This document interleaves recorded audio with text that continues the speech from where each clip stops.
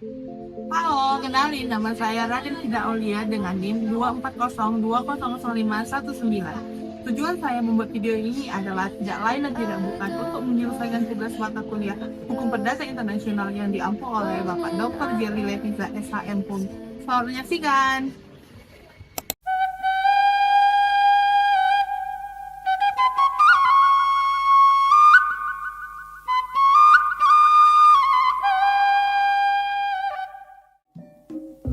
Wilujeng Sumping, selamat datang di sebuah perjalanan di Tanah Pasundan. Pernikahan di sini adalah perpaduan sakral antara syariat agama dan warisan tradisi. Kita akan membedah tata cara pernikahan adat Sunda yang indah dan mengapa tradisi ini kini semakin relevan dalam konteks hukum perdata internasional.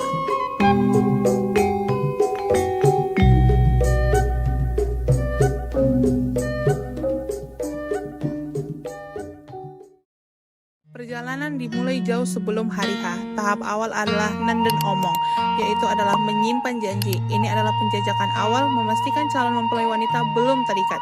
Setelah itu, ada narosan atau lamaran resmi. Keluarga pria datang membawa sirih sebagai lambang kesejahteraan, dan biasanya ada uang pengikat serta cincin menang atau cincin belah rotan sebagai tanda ikatan. Menjelang hari H, ada prosesi penyucian diri yaitu adalah ngebakan atau siraman. Tujuannya membersihkan diri secara lahir dan batin, dilanjutkan dengan ngeyek sera, yaitu adalah ritual memohon restu. Orang tua memberi nasihat hidup sambil menyawer beras sebagai lambang kemakmuran dan sapu lidi sebagai lambang gotong royong dan kesatuan. Ini adalah fondasi spiritual dan sosial sebelum janji suci diucapkan. Inti dari pernikahan adalah akad nikah yang dilakukan sesuai syariat agama yang umumnya pada agama Islam dan dicatatkan di kantor urusan agama atau KUA. Ini adalah momen sah secara hukum agama dan negara. Dan setelah akad, adat Sunda menyajikan ritual unik yaitu seperti sawer menyawer. Ada pula ninja endok yang dimana pengantin pria menginjak telur dan pengantin wanita membersihkan kakinya. Ini melambangkan kesiapan pengantin wanita melayani suaminya dan kesetiaan seorang istri.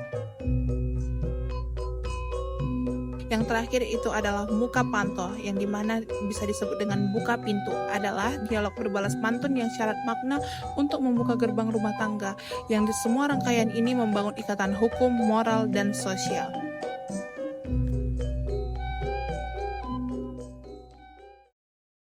Lalu, bagaimana jika salah satu pihak mempelai berasal dari negara lain?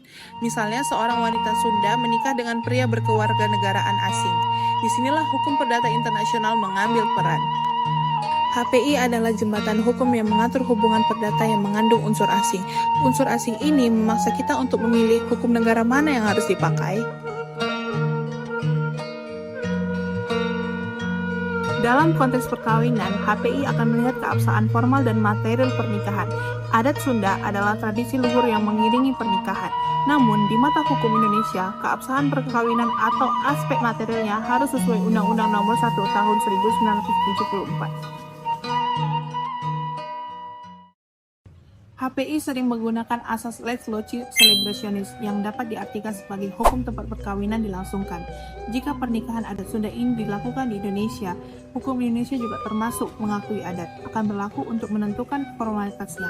Namun, untuk substansi seperti syarat perkawinan, HPI merujuk pada hukum nasional masing-masing pihak atau status personal tersebut. Keterkaitan terpenting adalah pada harta benda perkawinan.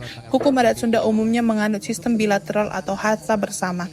Namun, dalam perkawinan campuran, pasangan wajib membuat perjanjian kawin atau prenuptial agreement sebelum atau saat pernikahan. Perjanjian ini harus dibuat untuk memisahkan harta, karena warga negara asing dilarang memiliki hak atas tanah di Indonesia. Tanpa perjanjian kawin bisa terjadi kekosongan atau konflik hukum serius.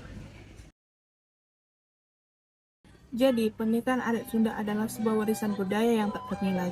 Namun, ketika berhadapan dengan dunia yang semakin tanpa batas, pemahaman akan hukum perdata internasional dan kewajiban membuat perjanjian kawin menjadi kunci bagi pasangan campuran. Tujuannya, melestarikan tradisi sambil melindungi hak dan status hukum Anda. Terima kasih.